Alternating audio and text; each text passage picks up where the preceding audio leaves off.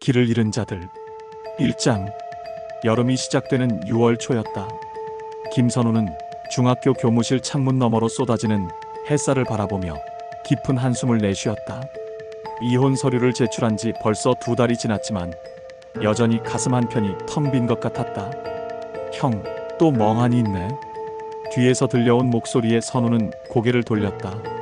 여동생 지연이 간호사복 차림으로 서 있었다. 지연아, 언제 왔어? 아까부터 왔는데 형이 너무 딴 생각하고 있어서.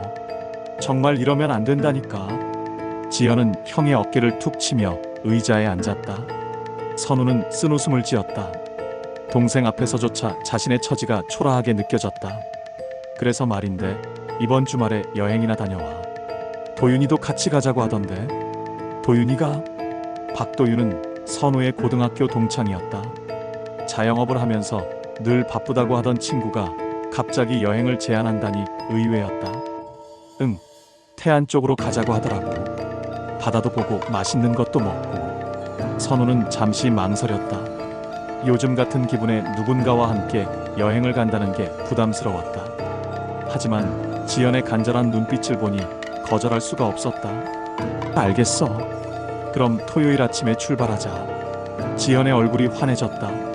선우도 덩달아 기분이 조금 나아지는 것 같았다. 어쩌면 이번 여행이 새로운 시작점이 될지도 모른다는 생각이 들었다. 토요일 아침 8시 도윤의 SUV 앞에서 세 사람이 만났다. 도윤은 여전히 밝고 활기찬 모습이었다. 야, 선우야. 오랜만에 제대로 놀아보자. 요새 너무 우울해 보이더라. 고마워, 도윤아. 차에 짐을 실으며 선우는 묘한 기대감을 느꼈다. 오랜만에 일상에서 벗어날 수 있다는 것만으로도 위로가 되었다. 내비게이션 켰으니까 이 시간 정도면 도착할 거야. 도윤이 시동을 걸며 말했다. 차는 서울을 벗어나 고속도로로 접어들었다. 창밖으로 스쳐 지나가는 풍경을 보며 선우는 답답했던 마음이 조금씩 풀리는 것을 느꼈다. 그런데 1시간 정도 지났을 때였다. 갑자기 내비게이션 화면이 깜빡이더니 재검색 중이라는 문구가 떴다. 이상하네. 도윤이 내비게이션을 다시 설정하려 했지만 계속 같은 화면만 나왔다. GPS 신호가 안 잡히나 봐. 그냥 표지판 보고 가자. 지연이 걱정스럽게 말했다. 괜찮아. 태안 가는 길 정도는 알지. 하지만 시간이 갈수록 상황은 더 이상해졌다. 분명히 해안가 쪽으로 가고 있는 것 같은데 보이는 건 산과 들판뿐이었다. 내비게이션은 여전히 작동하지 않았다. 도윤아, 우리 지금 어디 가고 있는 거야? 선우의 목소리에 불안감이 섞였다. 뭔가 잘못되고 있다는 느낌이 점점 강해졌다. 2장. 오후 3시가 넘어서야 세 사람은 작은 마을 하나를 발견했다. 백렬이라는 이정표가 낡아서 글씨가 잘 보이지 않을 정도였다. 일단 여기서 길부터 물어보자. 도윤이 차를 세우며 말했다. 마을은 생각보다 조용했다. 오래된 슬레이트 지붕의 집들이 듬성듬성 서 있었고 사람의 기척은 거의 느껴지지 않았다. 저기 구멍가게 같은 게 있네. 지연이 가리킨 곳에 작은 상점이 하나 있었다. 세 사람은 차에서 내려 상점으로 향했다. 문을 열고 들어가자 70대로 보이는 할머니가 앉아 있었다. 안녕하세요. 태안 가는 길 좀 물어보려고 하는데요. 선우가 정중하게 인사하며 말했다. 할머니는 잠시 세 사람을 바라보더니 고개를 저었다. 태안? 여기서 태안 가려면 한참 돌아가야 해요. 벌써 해도 기우는데 오늘은 힘들 것 같은데. 그럼 이 근처에 숙소 같은 데 있나요? 지연이 물었다. 할머니는 마을 안쪽을 가리켰다. 저기 모텔 하나 있어요. 그런데 요즘 손님이 거의 없어서 문을 열어놓는지 모르겠네. 세 사람은 다시 차에 올라 할머니가 가리킨 방향으로 향했다. 정말로 작은 모텔 하나가 있었다. 백년장이라는 간판이 걸려 있었는데 네온사인 절반이 꺼져 있었다. 여기밖에 없는 것 같은데. 도윤이 차를 세우며 말했다. 모텔 앞에는 작은 계곡이 흘러가고 있었다. 물소리가 의외로 시원하게 들렸다. 프런트에서 방키를 받으며 선우는 묘한 느낌을 받았다. 사장으로 보이는 50대 남성이 말수가 극히 적었다. 마치 손님이 오는 것을 반기지 않는 것 같았다. 2층 201호, 202호 쓰세요. 열쇠를 건네주며 사장이 말했다. 그의 눈빛이 잠시 계곡 쪽을 향했다가 다시 돌아왔다. 방에 짐을 풀고 잠시 쉬고 있는데 창문 너머로 계곡 물소리가 들려왔다. 그런데 그 사이사이로 이상한 소리가 섞여 있었다. 휘익 휘익, 마치 누군가 휘파람을 부는 것 같았다. 선우는 창문을 열고 밖을 내다봤다. 계곡 건너편에 작은 돌기둥 같은 것이 서 있었다. 오래된 비석처럼 보였지만 글씨는 보이지 않았다. 형, 뭐 봐? 지연이 다가와서 물었다. 저기 계곡 건너편에 뭔가 있네. 비석 같은 건가? 시골에는 그런 거 많잖아. 지연의 말이 맞았다. 하지만 왜인지 그 돌기둥을 보고 있으면 기분이 이상해졌다. 선우는 창문을 닫았다. 저녁 7시쯤 세 사람은 마을에서 유일한 식당을 찾았다. 백년식당이라는 간판이 걸린 허름한 곳이었다. 주인 아주머니는 친절했지만 손님은 그들뿐이었다. 이 마을에 젊은 사람들이 별로 없나 봐요. 지연이 말하자 아주머니가 쓸쓸하게 웃었다. 다들 도시로 나가고 이제 늙은 사람들만 남았어요. 예전에는 그래도 사람들이 많이 살았는데. 식사를 마치고 모텔로 돌아오는 길, 다시 그 휘파람 소리가 들렸다. 이번에는 더 선명하게, 더 길게. 너희도 들려? 선우가 물었다. 도윤과 지연이 고개를 끄덕였다. 바람 소리 아닐까? 도윤이 말했지만 목소리에 확신이 없었다. 그 소리는 분명히 사람이 내는 소리였다. 그날 밤 선우는 좀처럼 잠들지 못했다. 계곡에서 들려오는 물소리와 함께 그 기이한 휘파람 소리가 계속 귓가에 맴돌았다. 3장. 다음 날 아침 세 사람은 늦잠을 잤다. 어젯밤 내내 들려오던 이상한 소리 때문에 모두 잠을 제대로 이루지 못했던 것이다. 오늘은 일찍 출발해서 태안으로 가자. 지연이 짐을 정리하며 말했다. 하루 종일 이 마을에 있고 싶지 않다는 기색이 역력했다. 그러게, 여기는 뭔가 분위기가 이상해. 선우도 동감했다.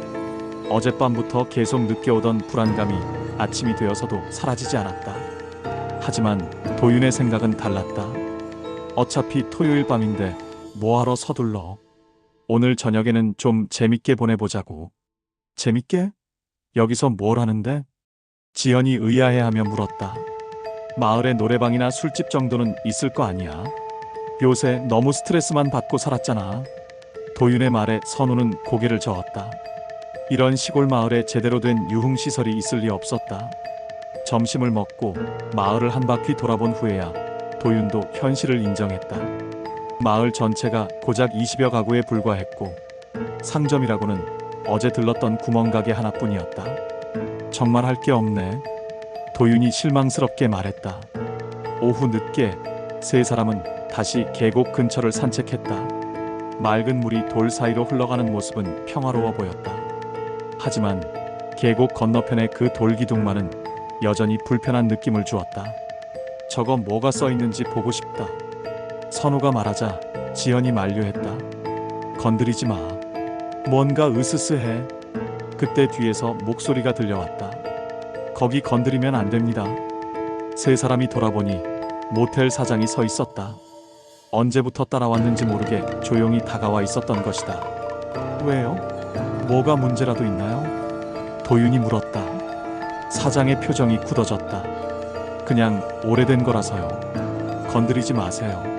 사장은 더 이상 설명하지 않고 돌아갔다. 세 사람은 서로 얼굴을 바라봤다. 뭔가 숨기는 게 있는 것 같은데.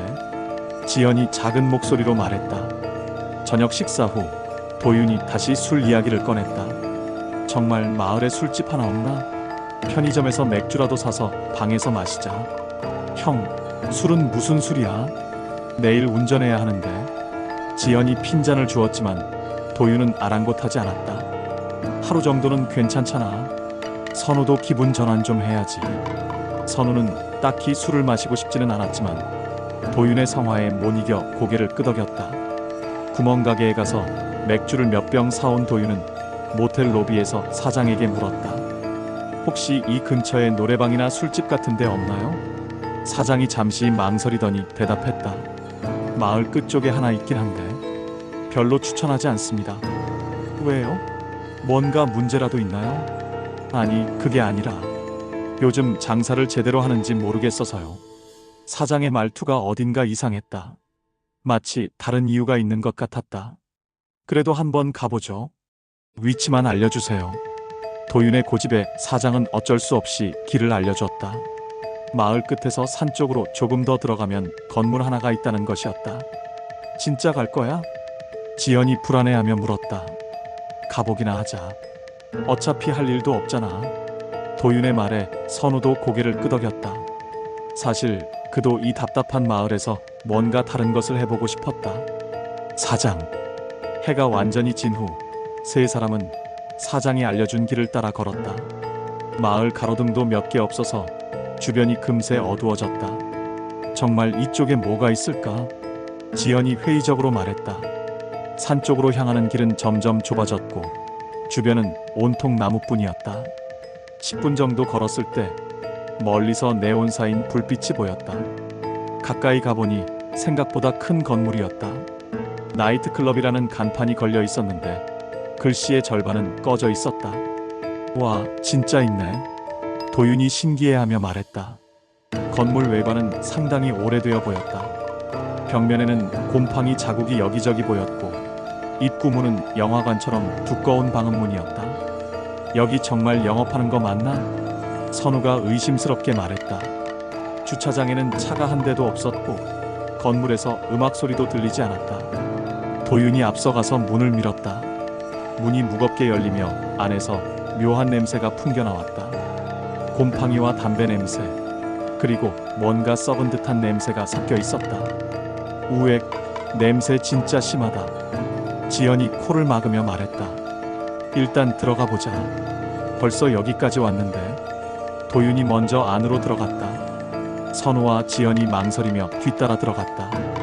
안은 생각보다 넓었다. 무대가 하나 있고 그 앞에 테이블들이 배치되어 있었다. 하지만 조명이 어두워서 자세히 보기 어려웠다. 붉은색 조명이 깜빡깜빡 거리고 있었는데 그것 때문에 더욱 으스스한 분위기가 났다.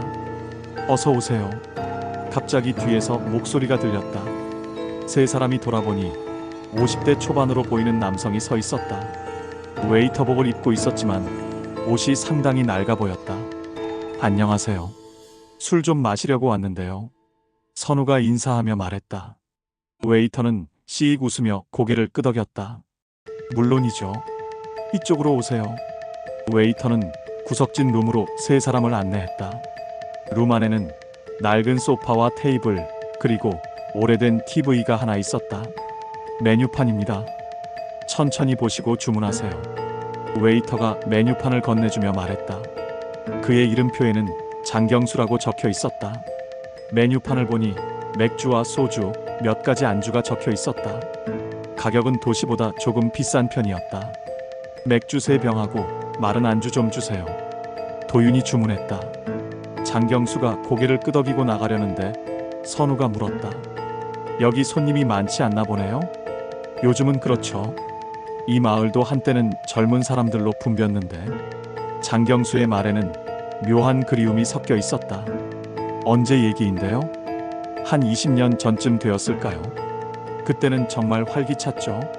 장경수가 나간 후 세 사람은 서로 얼굴을 바라봤다. 20년 전에 젊은 사람들이 붐볐다고? 이런 시골에? 지연이 의아해하며 말했다. 뭔가 이상하긴 하네. 선우도 고개를 끄덕였다. 이런 외진 마을에 젊은 사람들이 몰릴 이유가 있었을까? 맥주가 나오고 세 사람은 건배를 했다. 하지만 분위기는 영 어색했다. 음악도 나오지 않고 다른 손님들의 소리도 들리지 않아서 룸 안이 너무 조용했다. TV라도 틀까? 도윤이 리모컨을 들어 TV를 켰다. 하지만 나오는 건 오래된 뮤직비디오 뿐이었다. 20년 전 가요들이 계속 흘러나왔다. 정말 20년 전에 멈춰 있는 것 같네. 지연이 맥주를 마시며 말했다. 그때 갑자기 룸 문이 열렸다. 오장. 문이 열리며 2명의 여자가 들어왔다. 20대 초반으로 보였는데 둘 다 짙은 화장을 하고 있었다. 하지만 뭔가 어색했다. 화장이 너무 진한 것도 있었지만 그보다는 전체적인 분위기가 이상했다. 안녕하세요. 먼저 들어온 여자가 인사했다. 목소리도 어딘가 부자연스러웠다. 마치 오래 사용하지 않던 목소리를 억지로 내는 것 같았다. 안녕하세요. 도윤이 반갑게 대답했다. 선우와 지연은 당황한 기색이 역력했다. 갑작스럽게 나타난 여자들 때문에 룸 안의 분위기가 순식간에 변했다. 같이 술 마셔도 될까요? 두 번째 여자가 물었다. 도윤이 흔쾌히 고개를 끄덕였지만 선우는 뭔가 이상함을 느꼈다. 두 여자 모두 표정이 너무 무표정했다. 웃고 있는 것 같지만 눈에는 감정이 없었다. 물론이죠. 앉으세요. 도윤이 소파를 가리키며 말했다. 두 여자가 소파에 앉자마자 룸 안에 강한 냄새가 퍼졌다. 향수 냄새인 것 같았는데 너무 진해서 코가 찡했다. 저희 소주 시킬게요. 먼저 들어온 여자가 말했다. 그리고는 테이블 위에 벨을 눌렀다. 잠시 후 장경수가 들어왔다. 소주 2병 주세요. 알겠습니다. 장경수가 두 여자를 보는 눈빛이 이상했다. 마치 무서워하는 것 같기도 하고 동정하는 것 같기도 했다. 소주가 나오고 다시 5명이 앉아있게 되었다. 하지만 대화는 잘 이어지지 않았다. 두 여자는 술만 마실 뿐 거의 말을 하지 않았다. 이름이 뭐예요? 도윤이 물었다. 저는 미영이고 얘는 수진이에요. 미영이라고 한 여자가 대답했다. 하지만 그 목소리도 여전히 어색했다. 선우는 점점 불안해졌다. 두 여자에게서 풍기는 냄새가 점점 심해졌다. 처음엔 향수 냄새라고 생각했는데 이제 보니 뭔가 다른 냄새가 섞여 있었다. 마치 썩은 것 같은 냄새였다. 지연도 같은 생각인지 자꾸 코를 찡그렸다. 하지만 도윤은 전혀 눈치채지 못하는 것 같았다. 오히려 두 여자에게 계속 말을 걸려고 했다. 여기 자주 와요? 가끔요. 수진이 짧게 대답했다. 그녀의 손이 술잔을 잡는 모습도 어색했다. 마치 술잔을 처음 잡아보는 것처럼.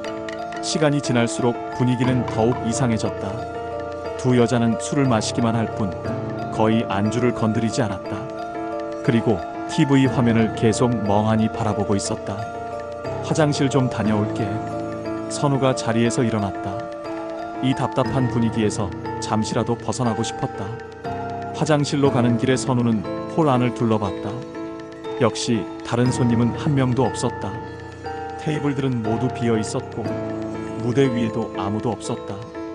화장실에서 나와서 룸으로 돌아가려는데 복도에서 장경수와 마주쳤다. 손님, 잠깐만요. 장경수가 선우를 붙잡았다. 네. 혹시 룸에 여자들이 들어갔나요? 네, 2명이요. 왜요? 장경수의 얼굴이 굳어졌다. 빨리 나가세요. 지금 당장. 무슨 말씀이세요? 설명할 시간 없어요. 빨리 친구들 데리고 나가세요. 장경수의 목소리에 간절함이 묻어났다. 선우는 뭔가 심각한 일이 벌어지고 있다는 것을 직감했다. 급히 룸으로 돌아갔는데 도윤이 이상한 모습을 하고 있었다. 6장. 룸에 들어선 선우는 깜짝 놀랐다. 도윤이 TV 화면을 뚫어져라 바라보며 중얼거리고 있었다. 입술이 파르르 떨리고 있었고 눈동자는 초점이 없어 보였다. 도윤아, 괜찮아? 선우가 다가가며 물었다. 하지만 도윤은 대답하지 않았다. 계속해서 화면만 바라보며 알아들을 수 없는 말을 중얼거렸다. 지연은 구석에 웅크리고 앉아 있었다. 얼굴이 창백해져 있었고 두 여자를 경계하는 눈빛으로 바라보고 있었다. 지연아, 무슨 일이야? 오빠가 나간 후에 갑자기 이상해졌어. 도윤 오빠가 저 TV를 보더니 갑자기 저렇게. 미영과 수진은 여전히 무표정한 채로 앉아 있었다. 하지만 이제는 그들을 보는 것조차 불쾌했다. 냄새가 더욱 심해졌고 두 사람의 피부색도 이상해 보였다. 도윤아. 선우가 도윤의 어깨를 흔들었다. 그 순간 도윤이 갑자기 경련을 일으키기 시작했다. 몸이 심하게 떨리더니 눈이 뒤로 돌아갔다. 도윤 오빠. 지연이 소리쳤다. 선우는 급히 도윤을 부축했다. 도윤의 몸에서 이상한 열기가 느껴졌다. 그때 룸문이 벌컥 열리며 장경수가 뛰어들어왔다. 그의 손에는 얼음 주머니가 들려 있었다. 빨리 이걸로 목 뒤를 찜질해 주세요. 장경수가 얼음주머니를 건네주며 말했다. 선우는 얼음주머니를 받아 도윤의 목 뒤에 대었다. 찬 기운이 전해지자 도윤의 경련이 조금씩 멈췄다. 하지만 여전히 의식이 또렷하지 않아 보였다. 이 사람들 누구예요? 선우가 두 여자를 가리키며 장경수에게 물었다. 장경수는 미영과 수진을 보더니 입을 꽉 다물었다. 나가세요. 지금 당장 나가세요. 설명 좀 해주세요. 우리 친구가 왜 이렇게 됐는지. 여긴 가끔 이런 일이 생겨요. 돌아다니는 것들이 있거든요. 장경수의 목소리가 떨렸다. 그는 미영과 수진을 보지 않으려고 애쓰는 것 같았다. 돌아다니는 것들이요? 설명할 시간 없어요. 빨리 친구 데리고 나가세요. 더 늦으면 위험해집니다. 장경수의 간절한 눈빛에 선우는 더 이상 묻지 않았다. 지연과 함께 도윤을 부축해서 룸 밖으로 나왔다. 복도로 나오자마자 숨이 조금 편해졌다. 룸 안에서 느꼈던 그 끔찍한 냄새와 압박감에서 벗어날 수 있었다. 계곡 얘기하지 마세요. 장경수가 뒤따라오며 말했다. 계곡이요? 모텔 뒤쪽 계곡 말이에요. 거기 비석 있는 거 건드리지 마세요. 그리고 아무한테도 말하지 마세요. 왜요? 도대체 무슨 일인가요? 장경수는 대답하지 않고 건물 밖으로 세 사람을 재촉했다. 밖으로 나오자 시원한 밤 공기가 폐를 채웠다.